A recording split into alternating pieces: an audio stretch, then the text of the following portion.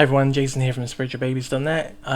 It's more of a vlog than a teaching-y thing, so I thought this would be a better format, in that someone asked a question privately on Facebook, and I asked if I could respond to that question via a video, but haven't put in an awful lot of extra work other than just reciting the answer that I have for this.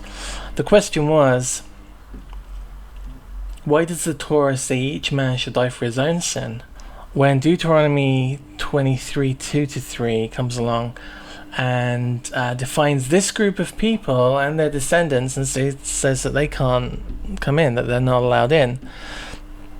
So to get that in context, Deuteronomy 23:2 and 3, Deuteronomy 23:2 says, one born of a forbidden marriage, nor any of their descendants shall enter the assembly of the Lord, not even to the 10th generation.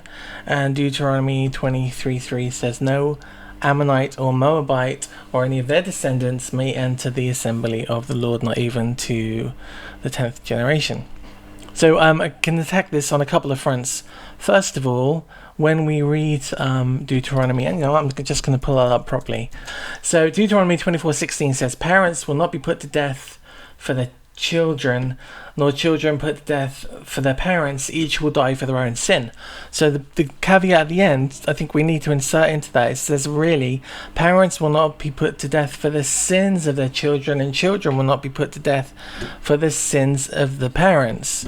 With that said, we now have to go back and have another look at Deuteronomy 23:2 and 3. I'm going to stick with Deuteronomy 23:2 for the moment because it's more in keeping. No one born of a forbidden marriage, nor any of their descendants, may enter the assembly of the Lord, not even to the 10th generation. Now, this isn't anything to do with a person's sins, right? It's not saying no one born of a forbidden marriage is full of sin and can't be a member of the assembly of the Lord. It's talking about, some text just plain says bastard. Just no bastard. And if a person is of a union that is outside of Israel, then they cannot marry into the house of Israel. That's what it's saying. That you can't take a Jewish bride if you aren't Jewish. That a non-Israelite can't marry an Israelite woman and become part of the assembly of Israel. That's essentially what it's saying in Deuteronomy 23:2. It's nothing really to do with sin.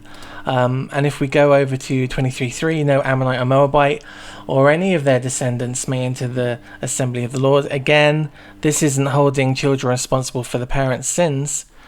It's keeping Israel as a secure, set-apart group. However, if a person, regardless of their heritage, wants to join the Jewish people, then they can join the Jewish people. If they want to become part of Israel, they can become part of Israel. They just can't do it via the medium of marriage, unless that marriage comes after the point where they've already made the decision that they want to be Jewish and they've gone through whatever process that entails. So I hope that kind of clears that up. And there are a few areas where you're going to find difficult texts to do with sin and what appears to be the transference of sin between father and son, or father and daughter, or mother and daughter. David's baby, why did David's baby die? Did the baby die because of David's sin? Did the baby die because of the sins of the father? That's a really interesting question and answer that you should put your own study into, because it's not the purpose of this short video. Another one would be that the Lord will remember or revisit the sin up to the third and fourth generation, the sins of the parents up to the third and fourth generation. What does that mean? Does that mean that the grandchildren are going to be suffering in some way for the sins of the grandparents. We'll have a look. Again, not for this video, but if you're interested, then leave a comment and I'll come back to it. So I hope that made things a little bit clearer. I kind of get the impression that perhaps it didn't, but I hope it did. Most of the time the answer is real simple, and the thing that makes the answer difficult is the fog that we import into our minds, the fog of previous understanding. And once you clear that away and just have a look at what the topics are of the 2 or 3 verses that don't seem to make sense, then you can usually find out whether they're actually related or whether they're totally different. And if they are totally different, that's generally why they don't go together and why they seem to be opposing each other. So there we are. That was my little 5 minutes.